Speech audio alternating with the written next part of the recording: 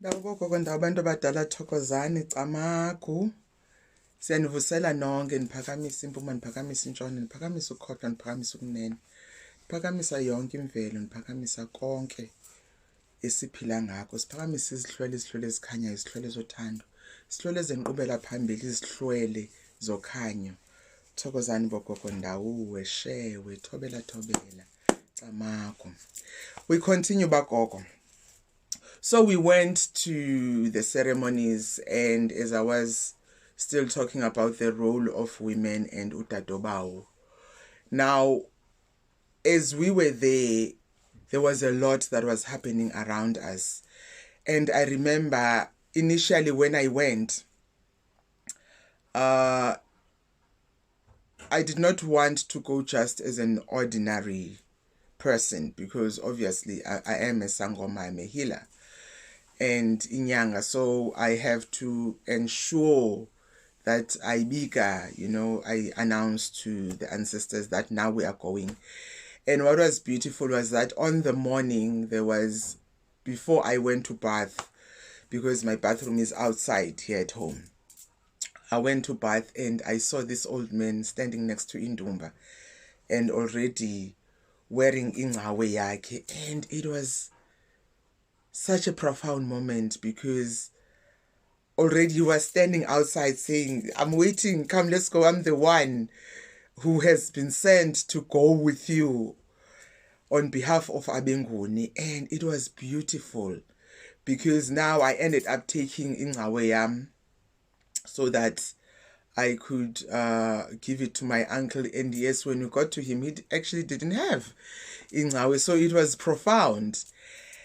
And so we got there and we welcomed, and the briefings were happening. We had to go and be taken to Umhlekazi, the leading mentor, the leading Gobela in Isinguni, but it's closer leading Igqirha Kamhlekazi, and went to do the greetings, introduce ourselves. And didn't Idlozi, because as I was leaving home, halfway there, I could feel Idlozi tethering, And remember, isiXhoseni abaphakamisa idloti, and now isinguni kuphakama idloti. And so I was conscious of that. I'm like, I will sense, I will feel the space, I will sense. I get to them and I find ukuthi banamahiya. So I'm like, okay, this is beautiful. And we get to Gogo Sitete. Is Idlozi not tethering, saying, I'm here. I like Kambuk Idlozi. Hey, la memeta, la vosela, la bulisa, la zazisa. Only to learn ukuthi actually ugogo naye waparula umdzawo wakhe. So that's why there was this tethering, because I was like, okay, yes, Ngoma, but I will sense the space. And I know my mom, when I go to spaces where there's a lot of people, obviously a whole lot of energies, she's always conscious of that. And I could feel her because she could see in my face, you can see Umdudloti, guys Amulbamba or whatever, you can see ukuthi lifikile, you will see, you will know, you will feel ukuthi there is a presence. And it was so beautiful. And wasamkela, and then we went, and then she briefed us and she thanked us for honoring the invite and coming to play the pivotal role that we were tasked to play. And umsebenzi waqhubeka, and so all the time, we were not staying Kolakhaya. It's only uTatomncinci stayed there. uDadobawo stayed, but uDadobawo, the one that we were going to live there, she's got now she's someone who runs away from her calling. She always says it. She says us and says, oh, I'm grateful you guys have heeded your call, because Mnandabalega, and the consequences, they are quite tragic. They became tragic for her as a result that it's quite hectic. She even lost an eye last year, and it's part of, you know, her running away from her calling. And she talks about it. A couple of tragedies. She's got iron bars in her knees and her legs, so she can't. It's difficult to kneel. There's a whole lot. So it was cold. You know, there are places that she could not go to, but then uTanci wayekhona, and so he went. And for me, I could not go umzekelo the first day. I could not go emzini omkhulu because it happened that the day before ndayenyangeni, I went to the moon, I went to the journey. And so I got there, and so I told ugogo I can't go emzini omkhulu because of that. And then but I did transport, and the people went, and the processes were happening. And but fortunately for me, it was too, by the time the ceremonies were finished, the whole ceremonies were finished, I had already finished, so I could go to the final one, where I needed to get into the river and do the confirmation that as dadobawo ndiyamnika lo mntana isikhwama sakhe, ndiyamnika iyeza lakhe. And it was beautiful. There are so many confirmations that happened. There are so many experiences that I viewed. It was so beautiful to see abahlekazi, because some of them, I remember there's one who also has amakhosi, sekawaphakamisa amakhosi akhe. And at some point idloti while liphakamile, you know, kwakhona nomnye ugogo who still has to go and thwasa isinguni, idloti lakhe laphakama naye. And labe idloti labathwa. So it was just something. And I remember lokoko idloti lakhe lalithetha isithwa, if I can say that. She came at some point to me and said, "You give me so much hope." And I was like, "Why?" She said, because she's already twasad isiXhosa, and now she still needs to go and do isinguni.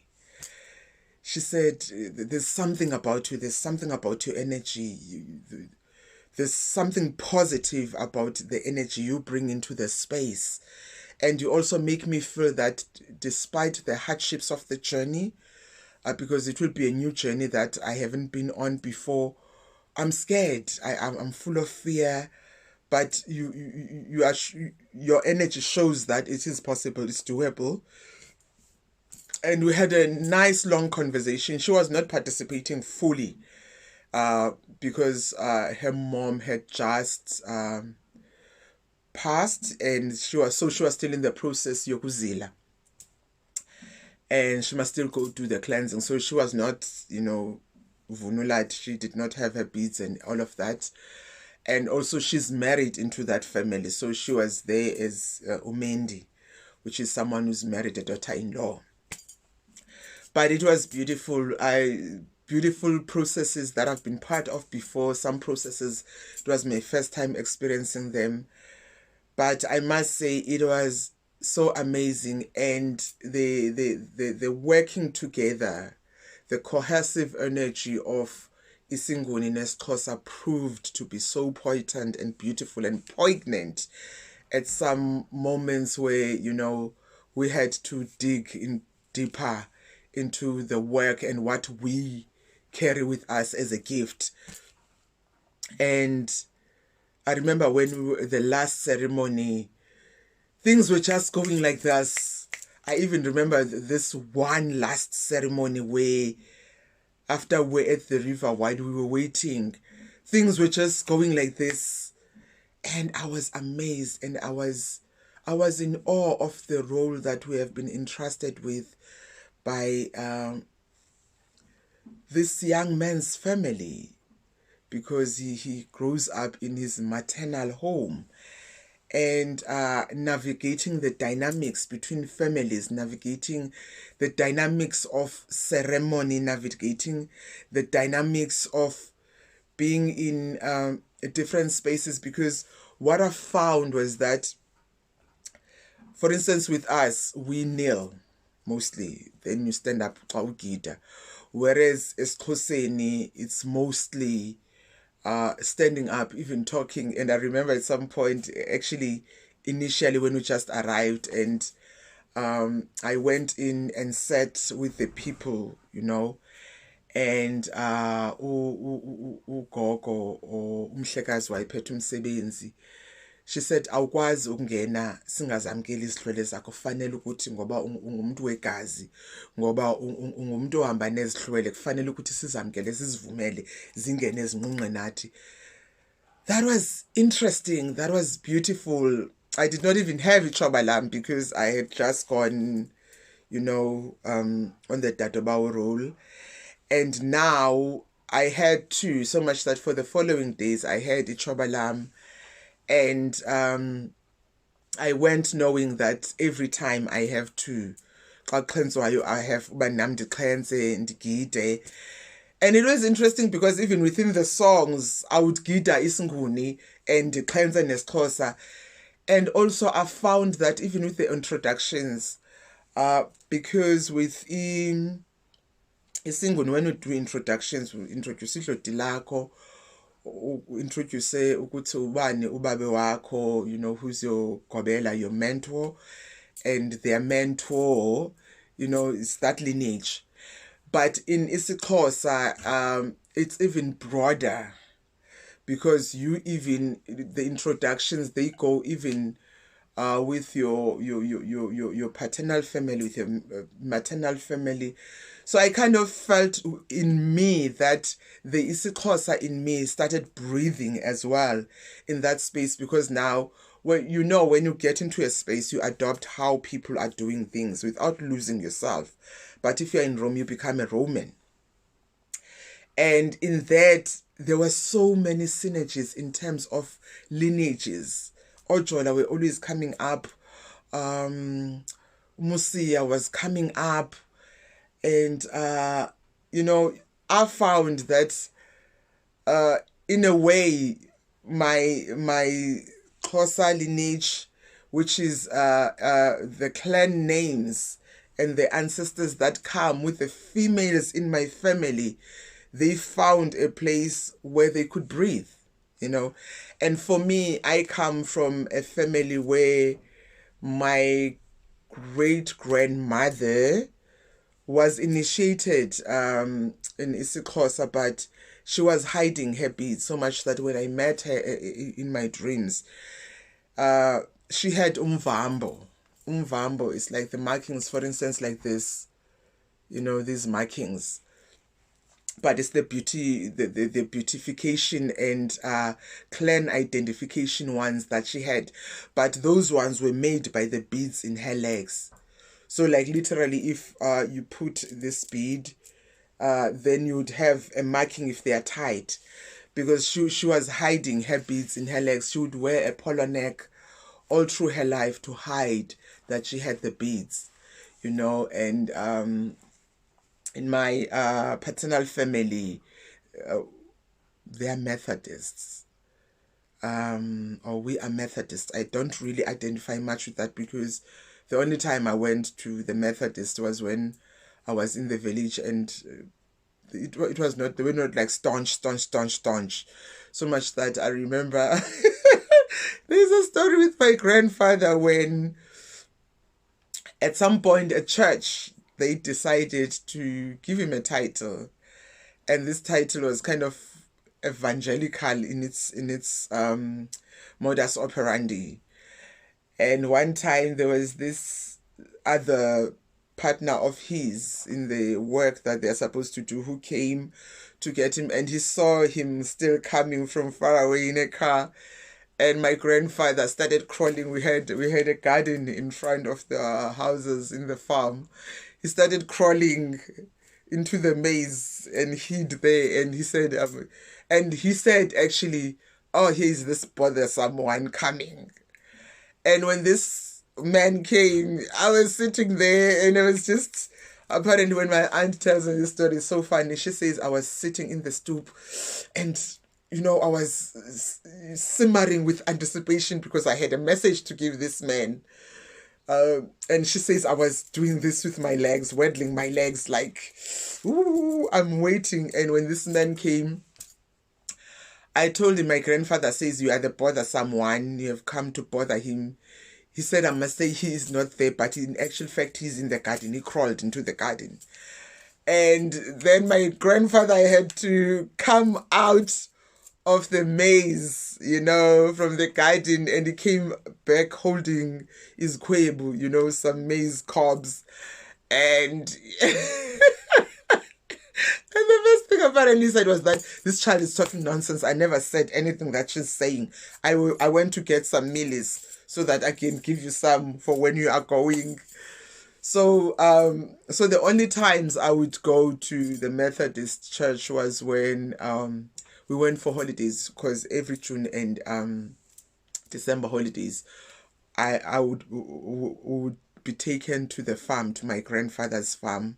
I actually wrote about that in my poem called Remind Me and I Will Remember. It's somewhere there. It's in my book.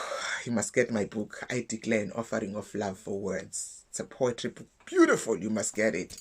There's some interesting insights there. So that's the only time I would go to the church, especially for Christmas Mass. That's the only time I remember going, really. And so my great-grandmother used to hide ubuhlali, her beads. And so when I met her in the dream, she had umvambo.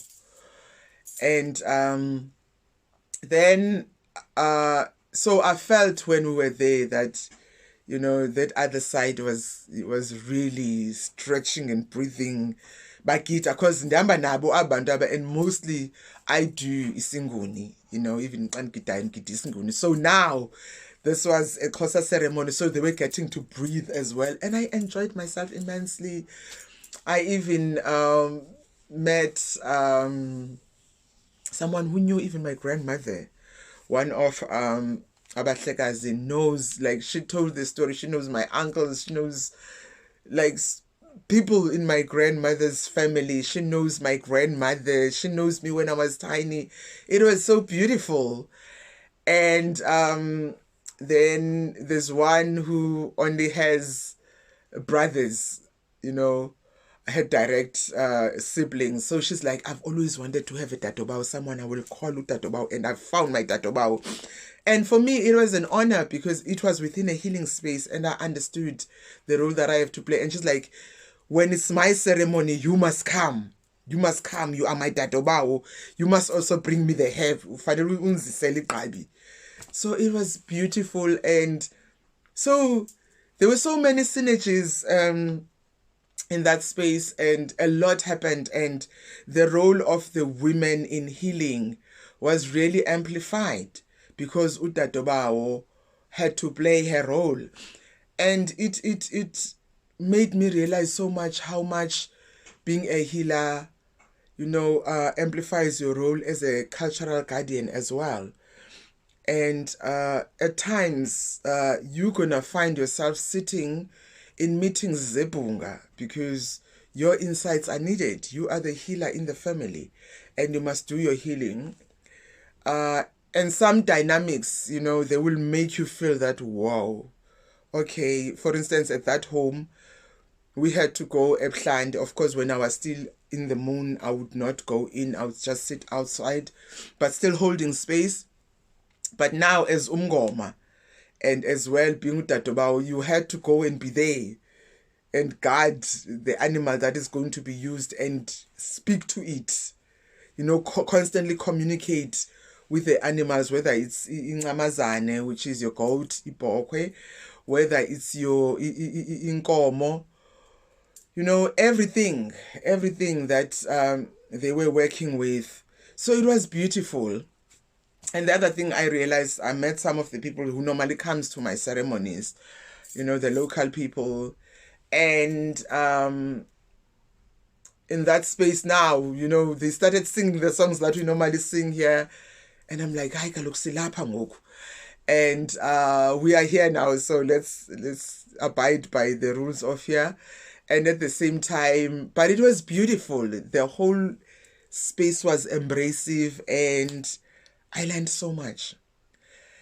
And also, okay, I'll do another video about this one when it comes to my experience with the different healers in for instance in the Eastern Cape, because mainly Singuni is in Mpumalanga and all the up there. And now if utwa say Isingoni, there's some misconceptions and there's some misunderstandings. And for me, this space cleared so many things. It paved, I would say, abantu abadala baka Mamshengu, they also showed another side of being a healer, and the fact that as a healer you have to work with other people. Ubunyanga buyahanjelwa, you know. And even within us there's different energies, there's different healing gifts, you know. We have so many gifts, so bring those all together to come and form one circle of holding space is so powerful. So Bokoko, let me leave it here for now. Again, as I always say, this is your journey, and your journey alone. I'm learning so much. I'm learning so many things, even from my family. When I went to do the reports, there's some things that I learned that I did not know. But we grow. So be gentle, Bokoko. Be kind and gentle with yourself as you navigate this journey. It's not an easy journey, but at the end of the day, we all are healers, and let us heal. Let us heal. Ndawoko.